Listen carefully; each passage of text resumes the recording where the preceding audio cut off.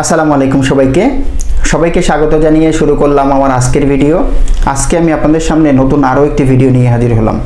আজকে আমি আপনাদেরকে মেটাল ফ্রেম এবং প্লাস্টিক ফ্রেম বা সেলুলয়েড ফ্রেমের ডিফারেন্স বোঝানোর চেষ্টা করব। বিশেষ করে যারা নতুন চশমা কিনতে যায় তখন কিন্তু তারা একটা হেজিটেশন ফিল করে যে আমি আসলে মেটাল ফ্রেম নিব নাকি সেলুলয়েড ফ্রেম নিব। এটা আসলে কোন ফ্রেমটা আপনার জন্য প্রয়োজন বা কোন ফ্রেমটা আপনার জন্য ভালো হবে এইটা জাস্ট আমি আপনাদেরকে বোঝানোর চেষ্টা করব। প্রথমেই বলি মেটাল ফ্রেমের অ্যাডভান্টেজটা কি। মেটাল ফ্রেমের অ্যাডভান্টেজটা হচ্ছে মেটাল ফ্রেমটা লাইট ওয়েট হয়। মেটাল ফ্রেম কিছু ফ্রেম আছে খুবই লাইট ওয়েট, হালকা পাতলা হয় এবং এটা আউট থেকে দেখতে অনেক সুন্দর লাগে এবং এটা দেখা যাচ্ছে সবসময় ইউজ আপনি চাইলে করতে পারেন, অফিসিয়াল ইউজের জন্য সুন্দর। কিন্তু ডিসঅ্যাডভান্টেজ কি, মানে এটার প্রবলেমটা কি?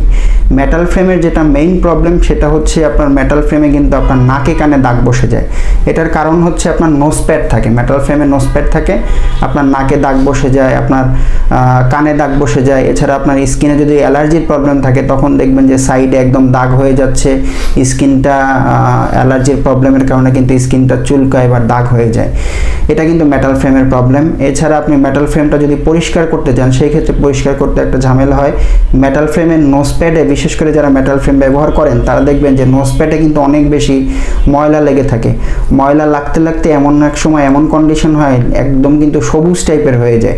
এটা আমরা যখন কেউ ফ্রেমের মধ্যে গ্লাস লাগাতে আসে তখন কিন্তু আমরা এই জিনিসটা ফলো করি। এটা তখন পরিষ্কার করে দিতে হয়, এটা নোজপ্যাডটা চেঞ্জ করে দিতে হয়।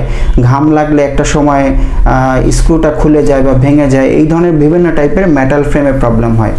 সেলুলয়েড ফ্রেম যদি নিয়ে থাকেন সেই ক্ষেত্রে সুবিধাটা কি? সেলুলয়েড ফ্রেমের সুবিধাটা হচ্ছে সেলুলয়েড ফ্রেমটাও কিন্তু হালকা পাতলা হয়, লাইট ওয়েট হয় এবং সেলুলয়েড ফ্রেমে আপনি যে কোনো পাওয়ার বসাতে পারেন, যেটা মেটাল ফ্রেমে পারবেন না। মেটাল ফ্রেমে কিন্তু যদি আপনি হাই ইন্ডেক্স লেন্স ব্যবহার করেন, যেমন ধরেন আপনার অনেক বেশি হাই পাওয়ার, এখন আপনি হাই ইন্ডেক্স লেন্স ব্যবহার করতে চাচ্ছেন, সেই ক্ষেত্রে এই মেটাল ফ্রেমে যে প্রবলেমটা হয়, মেটাল ফ্রেমে মূল প্রবলেমটাই হচ্ছে আপনি হাই ইন্ডেক্স গ্লাসটা বসাতে পারবেন না। -5 উপরে চলে গেলে তখন কিন্তু লেন্সটা মোটা হয়ে যায়, আউট থেকে দেখতেও খারাপ লাগে।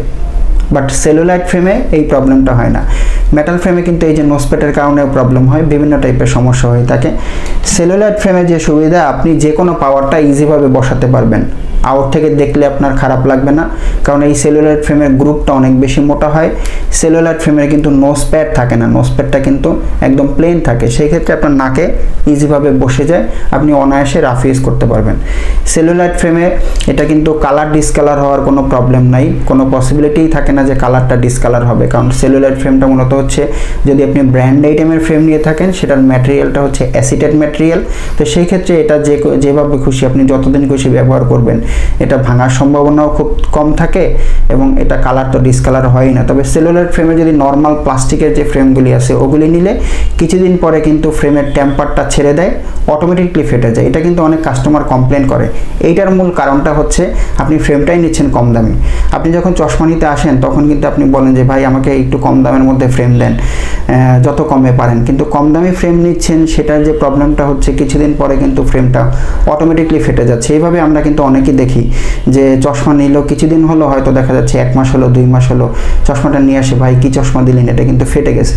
এইটার মূল কারণই হচ্ছে আপনি ফ্রেমটা নিছেন একদম নর্মাল, এটা অটোমেটিকলি ফেটে যায়, কিছু করতে হয় না।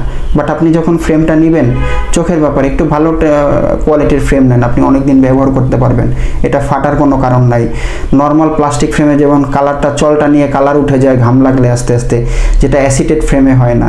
এই জন্য আপনি সেলুলয়েড ফ্রেমটা নিলে একটু ভালো কোয়ালিটির ফ্রেম নেবেন, অনেকদিন ব্যবহার করতে পারবেন। নেক্সটে যদি আপনার পাওয়ারটা চেঞ্জ হয় সেক্ষেত্রে ওই ফ্রেমের মধ্যেই আপনি গ্লাসটা বসাতে পারলেন, আপনার নাকে কানে দাগ বসলো না, আপনি অনায়াসে রাফ ইউজ করতে পারবেন। সেই দিক থেকে বিবেচনা করলে মেটাল ফ্রেমের থেকে সেলুলয়েড ফ্রেমটা হচ্ছে রাফ ইউজের জন্য একদম বেস্ট ফ্রেম হচ্ছে সেলুলয়েড ফ্রেম।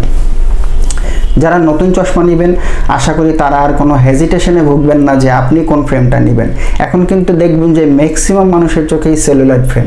এটার মূল কারণটাই হচ্ছে এটা ইজিভাবে ক্যারি করা যায়, আপনার নাকে কানে দাগ বসে না, আপনি একদম অল টাইম রাফ ইউজ করতে পারবেন এবং এটা কালারটা ডিসকালার হয় না এবং রাফ ইউজের জন্য বেস্ট ফ্রেম হচ্ছে সেলুলয়েড ফ্রেম। যত হাই পাওয়ার হোক না কেন অনায়াসে এটার মধ্যে ফিটিং করা যায় বা ব্যবহার করা যায়। মূলত এই ছিল আমার আজকের ভিডিও। পরবর্তীতে আমি আপনাদের সামনে নতুন আরও কোনো ভিডিও নিয়ে হাজির হব। এই ভিডিও সম্বন্ধে যদি আপনাদের কোনো প্রশ্ন থেকে থাকে অবশ্যই আমাকে কমেন্ট বক্সে কমেন্ট করবেন, আমি আপনাদের প্রশ্নের উত্তর দেওয়ার চেষ্টা করব। আমার ভিডিওটি ভালো লাগলে অবশ্যই লাইক করবেন, আমার চ্যানেলটি ভালো লাগলে সাবস্ক্রাইব করে আমার সাথেই থাকবেন, কারণ আমি আপনাদেরকে চশমা এবং চোখ রিলেটেড নতুন নতুন ভিডিও দিচ্ছি। সবাই ভালো থাকবেন। আসসালামু আলাইকুম।